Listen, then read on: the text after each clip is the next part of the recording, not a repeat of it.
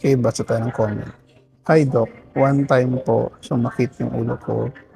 Tas pa-BP po ako 160/80. Sobrang kaba ko po nun. Kaya nung nag-check up rin po, niresetahan ako ng losartan. Tapos pinalaboratory, dadadada. Normal naman po lahat ng labs. Wala pong binigay na gamot. Okay na rin po yung BP ko. Pinahinto na rin po yung losartan ko. 41 years na po ako. Okay lang po ba yun na hihinto? Sana po mapansin niyo, Doc.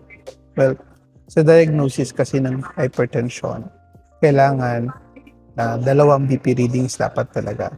Technically, yung unang mga practices noon is kung may makatch tayo na BP na elevated, you have to validate that twice. 2 days or let's say for example, nakatch mo yung pasyente na 160 pataas yung blood pressure.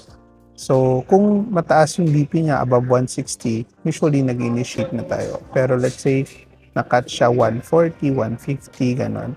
Usually, nagpapamonitor pa kami ng blood pressure for at least 2 to 3 days nung follow-up siya with the daily BP reading. So, yung mga na-discuss ko kung paano mag-check ng blood pressure, gano'n yung gagawin. Usually, kapag ganon, at nakita na mataas pa rin ang BP niya sa bahay, at bumalik siya sa follow-up, nag-initiate na kami ng gamot.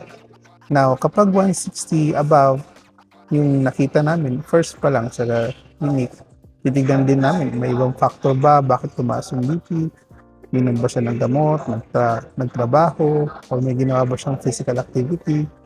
Kung hindi naman, at attract siya na 160, 100, ganon, nagsa-start na kami ng gamot.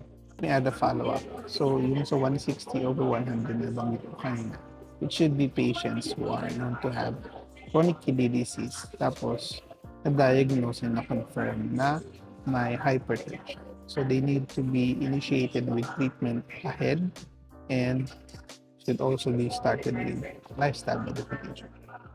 Now, kung nag-stop kayo ng gamot, that will be depending on the attending physician. The risk of developing elevated blood pressure would still be high, no? So, kung na-diagnose kasi ng hypertension, usually, kung na yan, pamatagalan na. And kailangan natin maobserbahan din na we follow strict diet with modifications, tapos physical activity pa rin para hindi na siya tumaas in the future.